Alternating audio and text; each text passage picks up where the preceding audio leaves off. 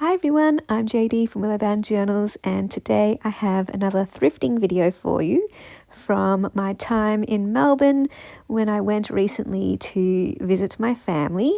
And in this video I'm showing you around two op shops.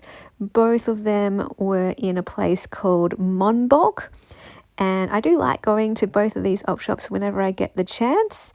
And this one in particular, I like visiting because it's often got a lot of crafting supplies.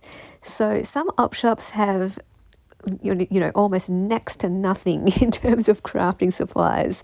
But this one, last year when I was down at Christmas time, I also visited this op shop and I was able to pick up some really pretty pieces of fabric, and I've used some of that fabric already for the spines of my little golden book journal collection.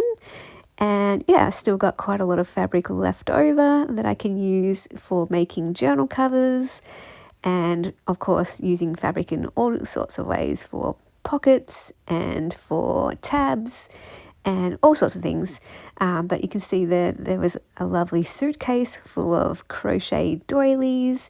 They have lots of buttons, lots of sewing patterns, and they even had these ephemera packs, which is really cool. You don't often see these at op shops, well, I don't anyway.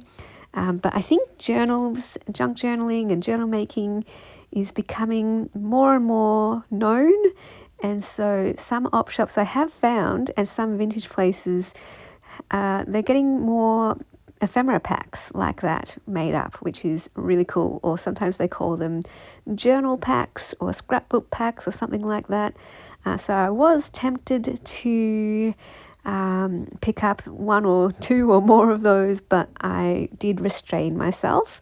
And I don't think I got anything from this particular op shop, but still always like looking around. I did get a few things from the other op shop, which you'll see in the second part of this video. But yeah, just showing you some of the craft section here.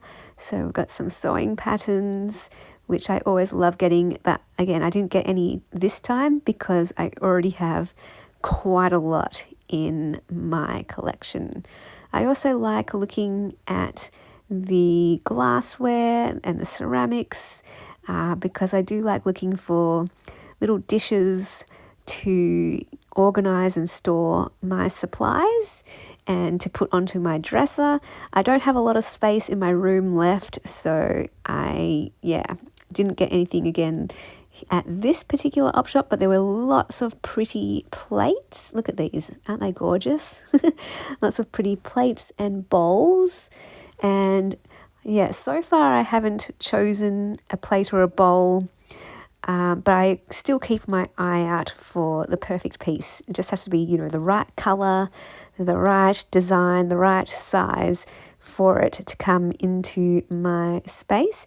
But yeah, I love seeing other people's videos where they show their dishes that they have thrifted, or maybe that was passed down to them, or that means something to them in some way, where they keep their ephemera in there or their stapler on it or whatever they keep in there.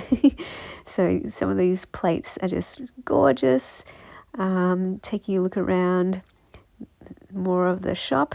Oh, wait, hang on. No, now we're on to the second op shop, and I love looking at crystal especially. I love collecting crystal. I don't have much of a collection, but crystal's my favorite, because, I don't know, I just love glass and the sound it makes when it's real crystal. And I'm always looking out for crystal pieces for my collection, and these were small enough that I did end up getting these two, because like I said, I don't have much space left over, and if it can't fit in my room, I don't want to bring it into my room. So I got a little dish to replace one of my other crystal dishes that broke, so that will be good to go onto my dresser.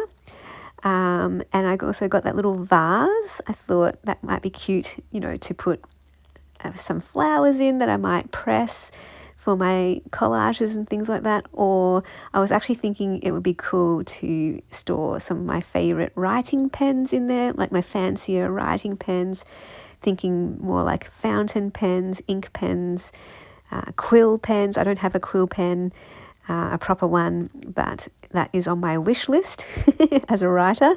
And I thought, oh, having a quill pen with a feather would look pretty cool in that crystal vase, I thought, and having that on my desk might be nice.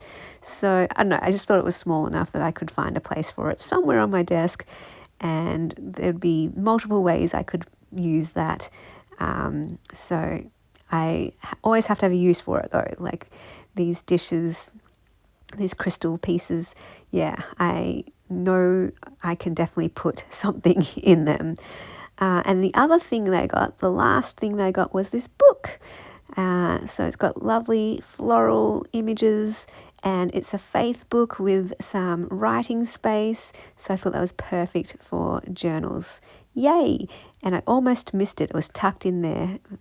So it is worth spending the time flipping through the books, because you never know what treasures you might miss.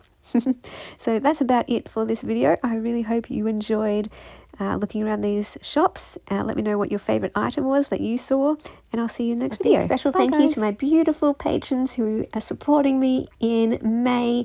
I could not do this without you, so thank you so much for believing in what I do and for all your amazing support and encouragement and kindness. I so appreciate it.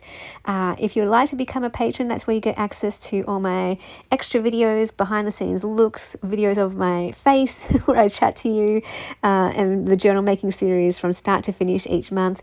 If you're a Ruby patron or higher, you also get access to every digital kit in my Etsy, and new ones each month. And some of the higher tiers, you get mail sent to you, perhaps a journal or a mystery pack or a paper pack or ephemera pack or a printable pack. So if any of that interests you, feel free to check out my Patreon. The link is down below. If you'd like to become a member as well, a YouTube member, you can do that for $1 a month, and that just supports my channel.